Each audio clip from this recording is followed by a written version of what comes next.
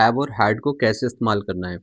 देखो ये has, have और हैड का कॉन्सेप्ट बड़ा सिंपल सा है, आपने देखा भी होगा। लेकिन ना मैं आपको कुछ प्रैक्टिकल एप्लीकेशंस की बता रहा हूँ कि इंटरेस्टिंग वे में कैसे यूज़ करते हैं। वीडियो को पूरा देखिएगा एंड आई एश्योर यू कि आप कुछ ना कुछ नया सीखोगे। देखो हैज़, हैव और हैड को कैसे इस्तेमाल करेंगे। हैज़ यूज़ होता है थर्ड पर्सन सिंगुलर के साथ, जैसे ही, शी, इट के साथ। जैसे ही हैज़ अ कार, उसके पास कार है, शी हैज़ अ कार, ठीक है? इट के साथ हैज़ लगा लो। वैसे ही आई, यू, वी, दे इन सब्जेक्ट के साथ हम क्या लगाएँगे? हैव लगाएँगे, ओके? जैसे आई हैव अ कार, आई को भी सिंगुलर मानते हैं लेकिन हैव ही लिखा जाएगा, ठीक है? We have a car, okay? उसी तरीके से हैज़ टू या हैव टू को जब यूज़ करेंगे, जब हम अब ये बताना चाहते हैं कुछ नेसेसिटी है, जैसे I have to do this, okay? She has to attend the meeting today, उसे करनी है, तो उस केस में हैज़ टू लग जाता है। देखिए कुछ एग्ज़ाम्पल्स आपके लिए। अगर पोज़ेशन की बात करें, पोज़ेशन का मतलब है जब कोई चीज़ किसी के पास होती है, तो हमने कहा she has a new car, मतलब उसके पास नई कार है। अब शी के साथ क्या लगाया? हैज़ लगाया, हैव नहीं लगाया। ये मैं एरर देखता हूँ बच्चों की, इसलिए बना रहा हूँ ये वीडियो, तो आप देखते रहिएगा और साथ के साथ मैं आपको कुछ एडवांस चीज़ें बताऊँगा। We have a new car, ये जो भी है, ठीक है? ये हो गया। वैसे ही ये तो पोज़ेशन हो गया, मतलब हैज़, हैव का मतलब पास रखना या पास होना भी होता है, ठीक है? जैसे उसके पास मोबाइल फ़ोन है, he has a mobile phone, okay? अब देखो प्रेज़ेंट परफ़ेक्ट टेंस में कैसे यूज़ करना है। प्रेज़ेंट परफ़ेक्ट का मतलब क्या हो गया, जब काम हो चुका है, जैसे उसने खाना खा लिया है, तो आप बोलेंगे he has eaten the food या ऑलरेडी, ठीक है? ईटन ये ईट की थर्ड फ़ॉर्म है। ईट की कौन-सी फ़ॉर्म है ये? Third form. ईट पहली फ़ॉर्म है, ईट सेकंड और थर्ड। हैज़ के साथ तीसरी फ़ॉर्म लगाएँगे। ही के साथ हैज़ ही आएगा, हैव नहीं आएगा, ये मैं पहले ही बता चुका हूँ आपको, ठीक है? वैसे ही आई के साथ क्या आएगा? I have eaten the food, मैं खाना खा चुका हूँ। अगर कोई नेसेसिटी हो, कोई ज़रूरत की चीज़ हो, तो आप बोलेंगे phone has to be charged, okay? कि फ़ोन को चार्ज करना ज़रूरी है क्योंकि बैटरी अब क्या है? ड्रेन हो गई है, बिल्कुल लो हो रही है, ठीक है? तो ये नेसेसिटी के लिए इस्तेमाल हो गया। तो कोई कन्फ्यूज़न की बात नहीं है सो फार। वैसे ही आप देख लो she has to be on time, मतलब उसको समय पर आना है, okay? She has to be, तो ये नेसेसिटी के लिए है। लेकिन आप कहोगे उसके पास मोबाइल फ़ोन है, तो आप बोलोगे she has a mobile, okay? वैसी कोई भी चीज़ के लिए बस शी हैज़ लगा दो और जो चीज़ उसके पास है वो लगा दिया आपने। नेक्स्ट देखो, अब देखो, अगर पास्ट के लिए बात करनी है कि मेरे पास कार थी, अब तो नहीं है ना, तो थी के लिए आपने बोला I had a car but I sold it last week, मेरे पास एक कार थी लेकिन मैंने बेच दी है। सेल का पास सोल्ड है, बेचने के लिए क्या कहेंगे? सोल्ड कहेंगे। वैसे ही आप कह रहे हैं उसके पास कार थी, ही हैड अ कार। अगर प्रेजेंट की बात करें उसके पास कार है, तो आप क्या बोलोगे? ही हैज़ अ कार, मतलब अभी भी है, और हैड का मतलब थी लेकिन अब नहीं है, ओके? वैसे ही देखो पास्ट परफेक्ट टेंस में हैड का इस्तेमाल कैसे होगा। अच्छा, हेड में क्या है मज़े की बात, इसमें आई, वी, यू, दे सारे सब्जेक्ट के साथ आप क्या लगाओगे? हेड लगाओगे। ही, शी, इट हो, कुछ भी हो। बस हैज़ और हैव के अंदर थोड़ी कन्फ्यूजन होती है, ही, शी, इट को लेकर, ठीक है? देखो पास्ट परफेक्ट टेंस में कैसे यूज़ करना है। They had finished the work before I reached, मेरे पहुँचने से पहले वे काम कर चुके थे। चुके थे के लिए हैड लगाओगे, फिर वर्ब की यहाँ पर थर्ड फॉर्म लगाओगे, ओके? वी थ्री का मतलब क्या है? वर्ब की third form. The train had left, leave की थर्ड फॉर्म क्या है? लेफ्ट बिफोर आई रीच्ड, मेरे पहुँचने से पहले ट्रेन निकल चुकी थी या जा चुकी थी। ठीक है, वैसे ही याद करो, मान लीजिए कोई एग्ज़ाम्पल आपने लिया कि आप मार्केट गए और आपको वहाँ पर जाकर ध्यान आया कि भाई आप तो कीज़ भूल गए थे। तो I realise that I had left the keys at home, okay? तो लेफ्ट बोलेंगे, है ना? कभी-कभार एक कॉमन एरर ये है, तो हम फॉरगेट लगा देते हैं, फॉरगेट की जगह लेफ्ट लगाना ठीक है, ठीक है? मतलब कीज़ को हम फॉरगेट नहीं करते, लीव करते हैं, ओके? तो मुझे याद आया कि मैं घर पे चाबियाँ भूल चुका था, इसका मतलब ये है था या थी, जो भी है, ओके? अब नेक्स्ट देखिए आप, अब ये कॉज़ेटिव वर्ब, ये बड़ा इम्पोर्टेंट है। ये जो हैज़, हैव और हैड है ना, ये कॉज़ेटिव वर्ब में भी इस्तेमाल हो जाता है। अगर आप सोच रहे हैं कि कॉज़ेटिव वर्ब्स क्या होते हैं, कॉज़ेटिव वर्ब्स होते हैं जब एक्शन आप खुद नहीं करते बल्कि यू आस्क समवन एल्स, जब आप किसी और से एक्शन करवाते हो। कैसे? पे करके, मतलब पैसे देके, है ना? कोई सर्विसेज़ लेना किसी किसी चीज़ के लिए। जैसे देखो, I have my car washed, इसका मतलब होगा कि मैंने अपनी कार वॉश कराई, मतलब you did not do it. अगर आप अपने आप करोगे ना, तो आप पता है क्या लिखोगे? I have washed my car, देखो इतना डिफरेंस है इसमें।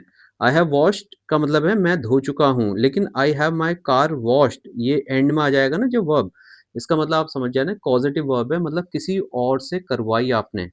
वैसे ही I had my car washed इसका मतलब क्या है कि मैं करवाता हूँ कार वॉश और इसका मतलब है मैंने करवाई है मतलब पैसिव वॉइस की तरह है एकदम, जैसे पैसिव वॉइस होता है ना, I have taught him, he has been taught इस तरीके से ना पैसिव सॉर्ट है ये भी। I am having my house painted okay या I am having the house painted भाई आप तो नहीं कर रहे हो लेकिन आप किसी और से करवा रहे हो so I am having my house painted. अब यहाँ पे लिख दो कि बाय अ पर्सन मतलब किसी से भी करवा रहे हो तो ये अंडरस्टूड है कि किसी के द्वारा करवा रहे हो ना मतलब you are paying and you are getting your house painted या you are having a house painted बहुत एक्सेप्टेबल है ठीक है गेटिंग या having. I had my assistant type the report मैंने अपने असिस्टेंट से रिपोर्ट टाइप करवाई okay. I had my assistant type the report तो ये एक्टिव सेंटेंस में है पैसिव में नहीं है।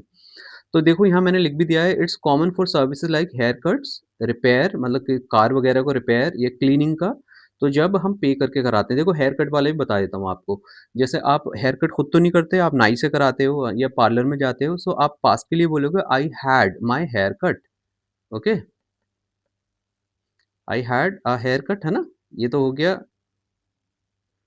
भैया मैंने बाल काटे सॉर्ट ऑफ कराते हैं ना so I had my hair cut ठीक है। अब देख लो नेक्स्ट या जैसे आप बोल सकते हो भैया मैं अपने नेल्स करा रहा हूँ या करा रही हूँ so I am having my nails done okay इस तरीके से पे करके। तो ये पॉजिटिव वर्ब है जब एक्शन आप खुद नहीं करते बल्कि आप किसी और को हायर करते हैं जैसे लेट वाला भी होता है यार let me talk to him मतलब मुझे करने दो ओके आप नहीं कर रहे हो किसी और से करा रहे हो। वैसे आप कह सकते हो he lets me drive his car है ना। Ma'am ma'am made me learn मतलब मैम ने मुझसे याद करवाया। अभी आपको याद होगा रिसेंटली एक मूवी आई थी कॉन्ज्यूरिंग करके अब याद तो है नहीं कि कितने साल हो गए 2-3 साल तो हो गए होंगे तो उसके अंदर ना लिखा रहता है कि devil made me do okay या इट जो भी है।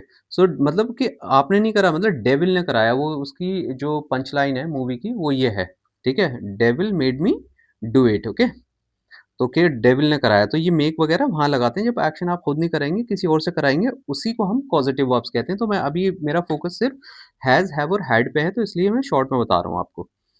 अब ये देख लीजिए आई will have him call you इसका मतलब है मैं उससे बोलूँगा आपको कॉल कर ले है ना मतलब आप करवाओगे ना खुद तो नहीं करोगे। वैसे ही I will have him send these letters मैं उससे बोलूँगा ये लेटर्स पोस्ट कर दे।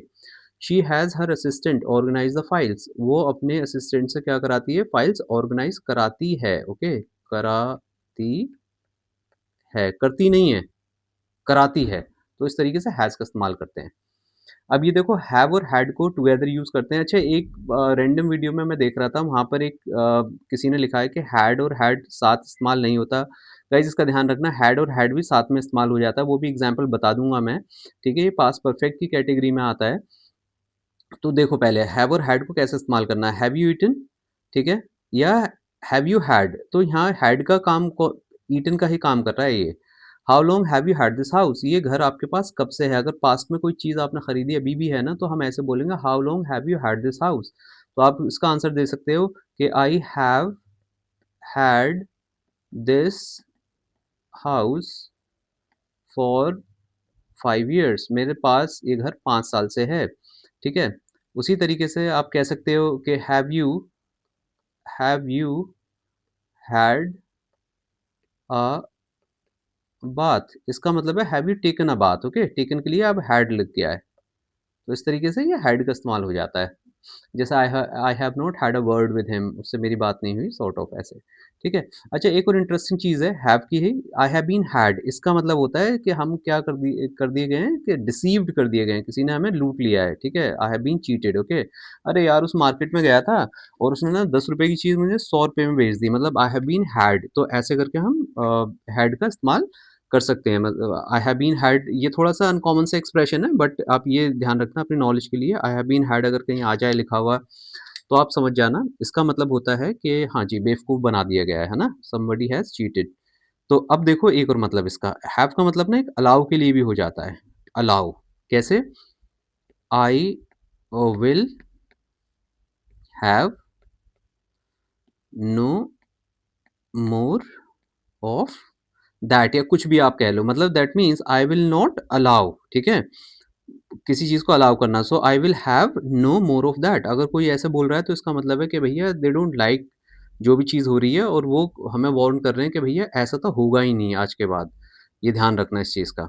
और एक और चीज देख लो, ये थोड़ा सा बड़ा इंटरेस्टिंग है, एक मिनट रुक जाओ, इसे आप लर्न कर लेना, ये थोड़ा लर्न वाला है ना। हैड बेटर को भी इस्तेमाल करते हैं हम, ठीक है, हैड बेटर। अब ये कहाँ इस्तेमाल होगा, इसका मतलब होता है वुड बी वाइज टू, मतलब कि ऐसा करना बेहतर होगा। जैसे आपने कहा कि यार हैड बेटर